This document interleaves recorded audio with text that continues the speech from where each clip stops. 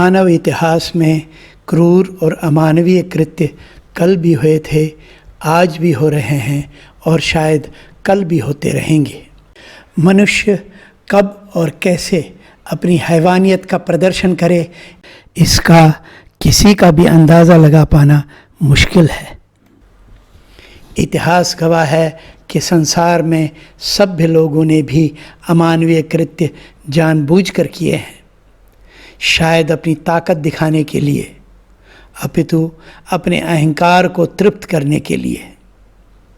इसमें धर्मांधता का बहुत बड़ा हाथ है। कश्मीर के मूल निवासी वहाँ के हिंदुओं ने तो पिछले 700 वर्षों से इस हैवानियत की गवाही दी है। जी हाँ दोस्तों, आप देख रहे हैं अपना ज्ञानवर्धक चैनल कश्मीर का अनकहा इतिहास, और मैं हूँ आपका दोस्त रविधर। आज मैं आपके लिए लाया हूँ मानव इतिहास के सबसे क्रूर आक्रांता की गाथा, जिसने कश्मीर पर आक्रमण करके न केवल वहाँ के संसाधनों, धर्मनिष्ठ जनता को ही रौंदा, अपितु वहाँ के मंदिरों व संस्कृति को नष्ट करने में कोई कसर नहीं छोड़ी और इतिहास में अपना नाम बुत शिकन के रूप में दर्ज करवाया। यदि आपने अभी तक हमारा ये चैनल सब्सक्राइब नहीं किया है तो कृपया लाइक करें, शेयर करें, सब्सक्राइब करें व बेल आइकन दबाकर हमारे आने वाले वीडियोस का भी आनंद लें। वोल्टेयर ने कहा है, इतिहास केवल अपराधों और दुर्भाग्य का रजिस्टर है। यदि हम कश्मीर के इतिहास का कोई भी पृष्ठ खोलते हैं तो हमें ये उदाहरण अपने सभी अर्थों में सत्य लगता है। विशेष रूप से 14वीं शताब्दी की शुरुआत से कश्मीरी पंडितों के दर्दनाक इतिहास के संबंध में व्याख्या। हमारी पीड़ा का इतिहास शाहमीरी सुल्तानों के आगमन के साथ शुरू हुआ। प्रतिष्ठित जैनुल आबदीन के शासन को छोड़कर कश्मीरी पंडितों ने शाहमीरी सुल्तानों के शासन के दौरान दमन, दुख और पीड़ा देखी। सबसे अंधकारमय काल सुल्तान सिकंदर का शासनकाल था, जिसने प्रसिद्ध मार्तंड सूर्य मंदिर सहित कश्मीर के भव्य मंदिरों को अपने पैमाने पर ध्वस्त करने के लिए बुत शिकन या मूर्ति भंजक की उपाधि अर्जित की। उसने कश्मीर के परिदृश्य को बदल दिया। वेरीनाग से नीलम घाटी तक असंख्य भव्य मंदिरों और बौद्ध संरचनाओं को ध्वस्त कर कश्मीर का प्रसिद्ध शारदा पीठ मंदिर, जिसके अवशेष अब पीओके में हैं, ध्वस्त कर दिया। उसके प्रधानमंत्री और नए धर्म में परिवर्तित सुहाभट्ट या मलिक सैफुद्दीन को हिंदुओं के दमन और जबरन धर्म परिवर्तन और उनके पूजा स्थलों को ध्वस्त करने का काम सौंपा गया था। हिंदुओं के दमन के बारे में जॉन राज लिखते हैं, सुल्तान अपने राजसी कर्तव्यों को भूल गया और दिन रात मूर्तियां तोड़ने में आनंद लेता था। उसने मार्तंड, विषय, ईशान, चक्रबित और त्रिपुरेश्वर की मूर्तियां तोड़ दी। वहाँ कोई शहर नहीं था, कोई नगर नहीं था, कोई गांव नहीं, कोई जंगल नहीं, जहाँ तुरुष्का ने देवताओं की मूर्तियों को अखंडित छोड़ा हो। प्रसिद्ध इतिहासकार हसन, जिन्होंने कश्मीर का इतिहास पुस्तक लिखी है, लिखते हैं, इस देश में हिंदू राजाओं के समय से कई मंदिर थे जो दुनिया के आश्चर्यों की तरह थे। उनकी कारीगरी इतनी बढ़िया और नाजुक थी कि कोई भी उन्हें देखकर हतप्रभ रह जाता था। सिकंदर ने कट्टरता की भावनाओं से प्रेरित होकर उन्हें नष्ट कर दिया और उन्हें धरती से समतल कर दिया। उनकी सामग्री से कई मस्जिदें और खानकाहें बनवाई। सबसे पहले उनका ध्यान मट्टन करेवा पर बने महान मार्तंड मंदिर की ओर गया। 1 साल तक उसने इसे गिराने की कोशिश की, लेकिन असफल रहा। अंत में बहुत निराश होकर उसने इसके नींव से पत्थर खोदे और उनके स्थान पर पर्याप्त लकड़ी जमा करके उनमें आग लगा दी।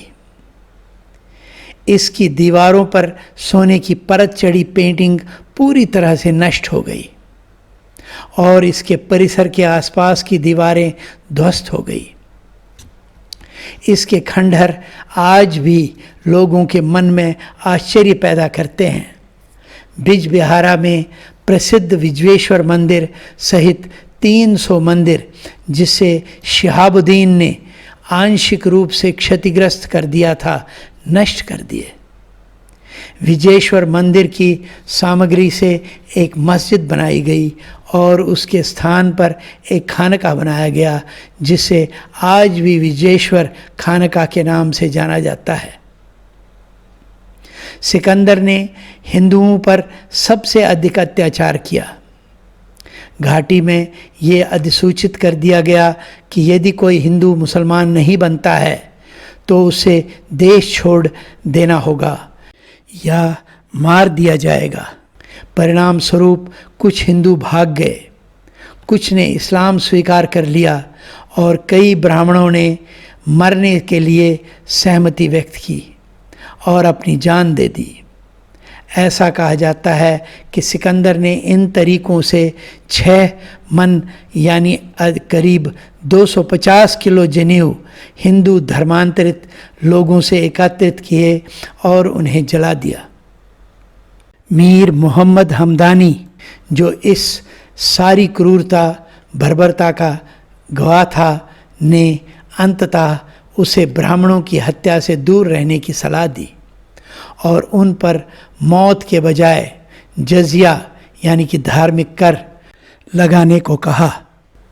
शिक्षा की सभी हिंदू पुस्तकों को एकत्र करके डल झील में फेंक दिया गया और पत्थरों और मिट्टी के नीचे दबा दिया गया। और सिकंदरपुरा, एक शहर जिसको सुल्तान सिकंदर द्वारा बसाया गया था, को हिंदुओं के नष्ट किए गए मंदिरों के मलबे पर बसाया गया था। सिकंदरपुरा में शाही महलों के पड़ोस में सुल्तान ने प्रवर्त सेना द्वारा निर्मित महाश्री के मंदिरों और तारापीड़ा द्वारा निर्मित एक और मंदिर को नष्ट कर दिया। ज़खरीतुल मुल्क में दिए गए इस्लामी राज्य चलाने के दिशा निर्देश भी सुल्तान के शासन के दौरान लागू किए गए। हालांकि इन दिशा निर्देशों ने शासक को शरिया कानून के आधार पर राज्य स्थापित करने में मदद की, लेकिन दिशा निर्देशों ने उन हिंदुओं के लिए कहर बरपाया जो पहले से ही क्रूर दमन का सामना कर रहे थे और उन्हें रहने और अपने विश्वास का पालन करने के लिए जजिया का भुगतान करना पड़ता था। ज़खरीतुल मुल्क के पास धार्मिक अल्पसंख्यकों यानी हिंदुओं के साथ निपटने के लिए 20 परिचालन दिशा निर्देश थे। धार्मिक अल्पसंख्यकों यानी हिंदुओं से संबंधित कुछ दिशा निर्देश इस प्रकार थे। 1. वे किसी मुस्लिम शासक के नियंत्रण वाले क्षेत्र में कोई नया पूजा स्थल या मूर्ति मंदिर का निर्माण नहीं करेंगे। 2. वे किसी भी पूजा स्थल या मंदिर का पुनर्निर्माण नहीं करेंगे जो खंडहर हो चुका है। 3. वे अपने मृतकों का दाह संस्कार नहीं करेंगे। 4. वे अपने मृतकों के लिए ज़ोर ज़ोर से शोक नहीं मनाएंगे। 5. वे काठी वाले घोड़े की सवारी नहीं करेंगे। कितना सहा है हमारे पूर्वजों ने न केवल अपने अस्तित्व के लिए अपितु सनातन धर्म की रक्षा के लिए, जिसका अंदाज़ा लगाना नामुमकिन है। इतना सहने के बाद भी कश्मीरी हिंदुओं अपनी सनातन संस्कृति को नहीं छोड़ा। उसने अपना बलिदान देना उचित समझा, पर धर्म पर आंच नहीं आने दी। मेरी बनाई गई ये कलाकृति आपको उस दौर में ले जाने में शायद मददगार साबित हो, ऐसी मैं अपेक्षा रखता हूँ। आपको हमारा ये वीडियो कैसा लगा कमेंट बॉक्स में अवश्य लिख दें। धन्यवाद। मिलते हैं अपने अगले नए वीडियो के साथ। तब तक जय हिंद, वंदे मातरम।